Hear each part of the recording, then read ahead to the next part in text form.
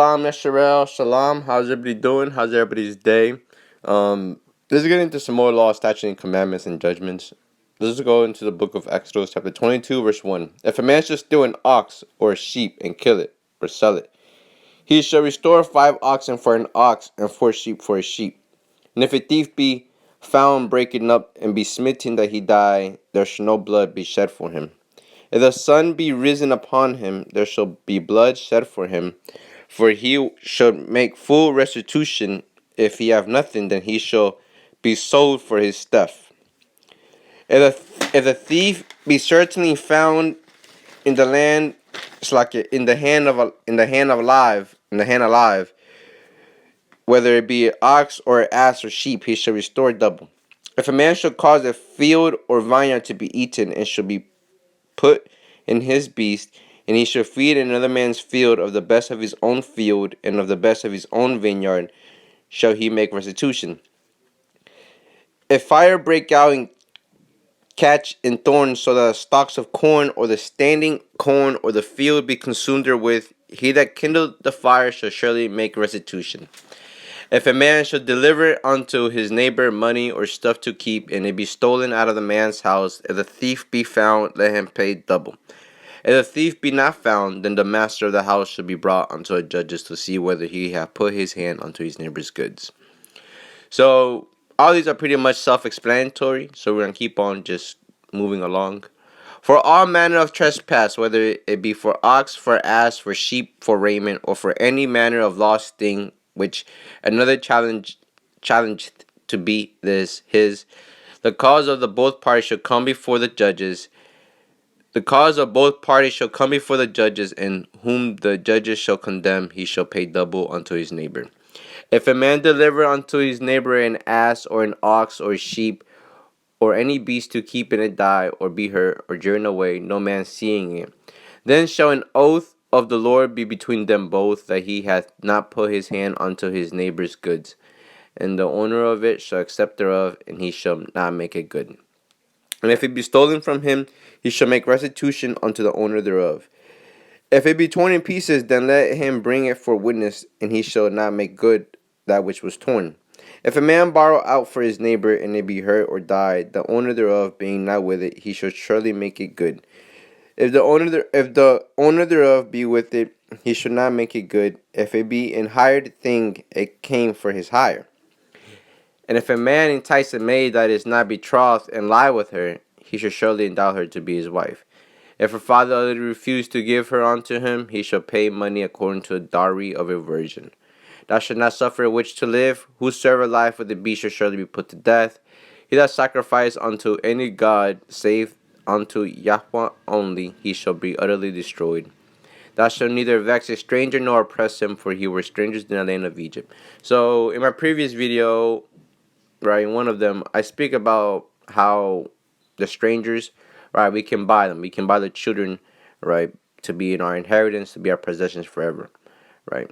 Upon that, there's ways to conduct with the stranger as well. Mosai says, don't oppress him. So, Verse 22, he shall not afflict any widow or father's child. If thou afflict them in any wise, and they cry unto me, I will surely hear their cry, and my wrath shall wax hot, and I will kill you with the sword, and your wives shall be widows, and your children fatherless.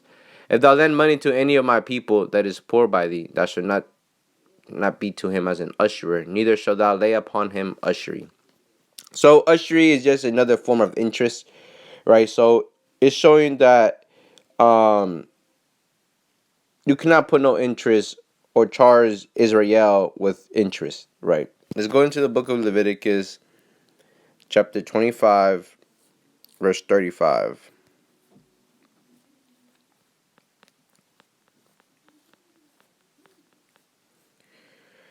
And if thy brother be waxen poor and fallen in decay with thee, then thou shalt relieve him, yea, though he be a stranger or sojourner, that he may live with thee. So, you should receive your brother, right? If he have fallen into decay, or if he be waxen poor, right? You should take him inside your household, right?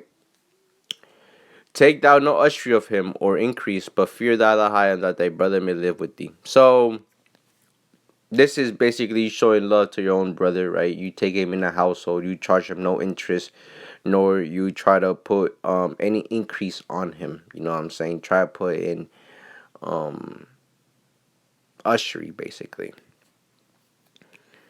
So, verse 37, thou shalt not give him thy money upon usury, nor lend him thy victuals for increase. So, that goes to show you that you can't charge your brother interest, but you can give him whatever he needs, right? But do not take no profit from him.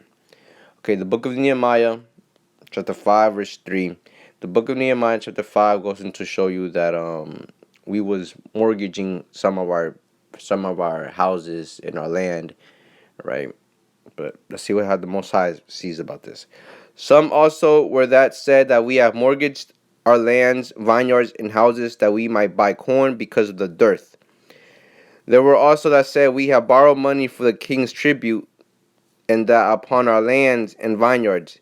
Yet now our flesh is as the flesh of our brethren, our children as their children, and lo, we bring unto into bondage our sons and our daughters to be servants, and some of our daughters are brought unto bondage already. Neither is it in our power to redeem them, for other men have our lands and vineyards. So this is why the Most High does not want you to go out there and sell your land or sell that you have, right, to anybody that's not the nation of Israel, right? Because what they're going to do is they're going to put interest and usury upon the land, upon the victuals on the land, right? So it's going to be hard for you to get that land back, right?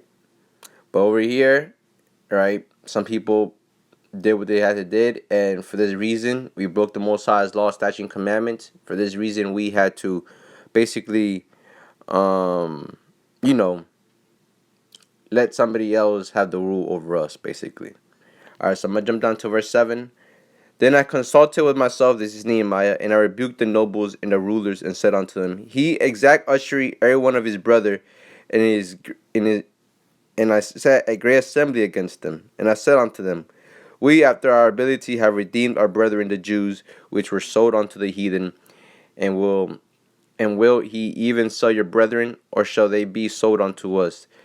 Then held they their peace and found nothing to answer. So we can redeem our brothers back to us, right? We can buy them back to us, right? And we can buy their lands back as well, right? Which are sold unto the heathens, right?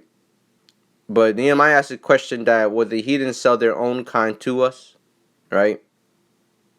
So they really had nothing to say about that because according to law that we can buy them, right? Verse 9. Also I said it is not good that ought he not to walk in the fear of our God because of the reproach of the heathen our enemies. I likewise my brethren and my servants might exact on them money and corn. I pray you, let us leave off this usury, meaning stop charging interest upon the nation of Yisrael. Right.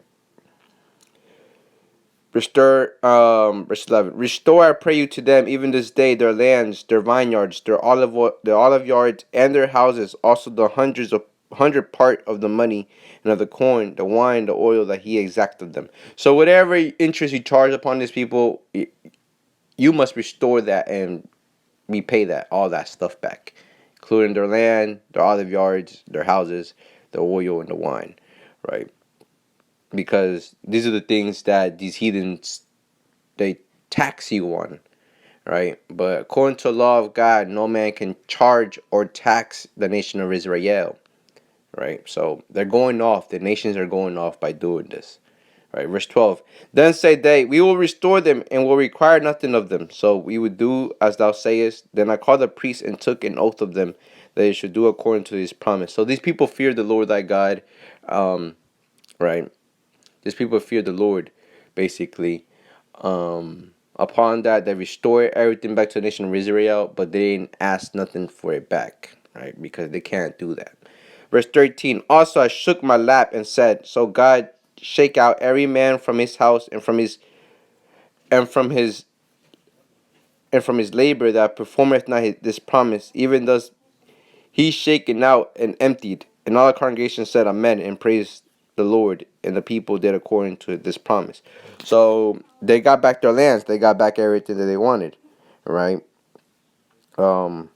So usury is a no, and taking interest as well is a It's a no for the nation to Israel, right?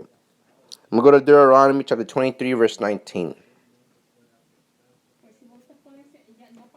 Deuteronomy 23, verse 19, right? And I believe it's like, and it reads, not believe, and it reads, "Thou shalt not lend upon usury to thy brother, usury of money, usury of victuals, usury of anything that is lent upon usury. Unto a stranger thou mayest lend upon usury." So, upon a stranger that's not the nation of Israel, right? You can put usury upon him, meaning you can charge him with interest in his victuals. You can charge interest in his victuals. But unto thy brethren, thou shalt not lend upon usury, that the Lord thy God may bless thee in all that thou settest thine hand to in the land whither thou goest to possess it. So the Most High, that don't put usury upon the nation of Israel, your brethren, right? But upon the stranger, you can do so, right? So that's very good, you know. So let's go to the book of Proverbs, chapter 22, verse 7. Right.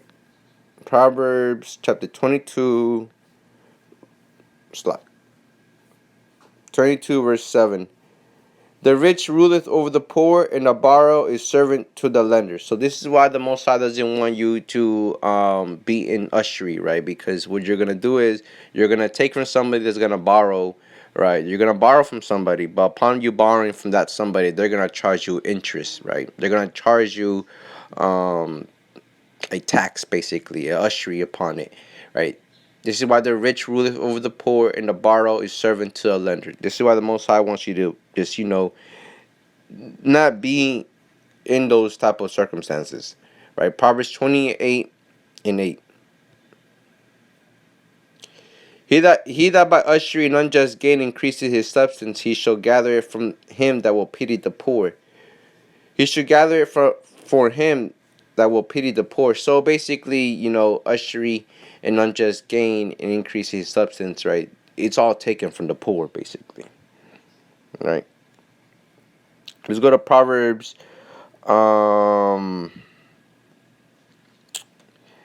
Actually, I'll be in Proverbs right there. Let's go to First Corinthians, right? Because Mosiah says that don't be you know what I'm saying? Don't lend to nobody, right? As the nation of Israel, we can lend. Salakia. Do not charge usury upon the nation of Israel, right? But the nation of Israel have done things that they put themselves to be on usury, right? For them to be ushered, basically, if that's a word. Okay, so in the book of First Corinthians, chapter 7, verse 21. Art thou called being a servant? Care not for it, but if thou mayest be free, use it rather. So if you can somehow come out of the system, right, and you not being a servant to no man, right, then do that, right? You could do that, right? So that way you don't have to depend on nobody. All you depend is on God, right? Verse 22. For he that is called in the Lord being a servant is the Lord's free man. Likewise also he that is called being free is Christ's servant. Ye are brought with a price, be he not the servants of men. So the Most High is saying, do not put yourself in those steps of you being charged with interest, or you being this form of this thing of you being taxed, right? If you can be made free, then use it rather, right? Because then you become the Lord's servant, right? You go out there and teach the people what they must know, right? Matthew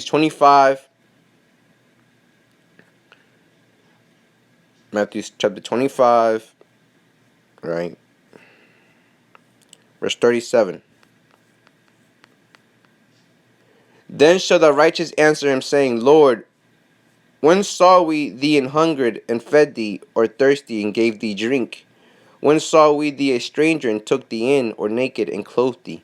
Or when saw we thee sick or in prison, and came unto thee? And the king shall answer and say unto them, Verily I say unto you, inasmuch as ye have done it unto one of the least of these, my brethren, ye have done it unto me. So the Most High letting you know that, just always be there for your brother, and don't, don't, don't make no profit out of him, basically, right? So when you help out your brother out, it's like helping Christ out, right? So let's go back to let's go back to Exodus chapter 22, verse 26. If thou at all take thy neighbor's raiment to pledge, thou shalt deliver it unto him by the sun goeth down. For this is his covering only, it is his raiment for his skin, wherein shall he sleep, and it shall come to pass, when he crieth unto me, that I will hear it, for I am gracious. Thou shalt not revile the gods, nor curse the ruler of thy people, or reveal the gods, nor curse the ruler of thy people. Thou shalt not delay, thou shalt not delay to offer the first of the ripe fruits, and of the liquors, the firstborn of thy son shall thou give unto me. Likewise shalt thou do with thine oxen and with thy sheep. 7 days it shall be with his dam. On the 8th day thou shalt give it to me. And he shall be holy, and he shall be holy man unto me. Neither shall he eat any flesh that is torn of beasts in the field. He shall cast it to the dogs.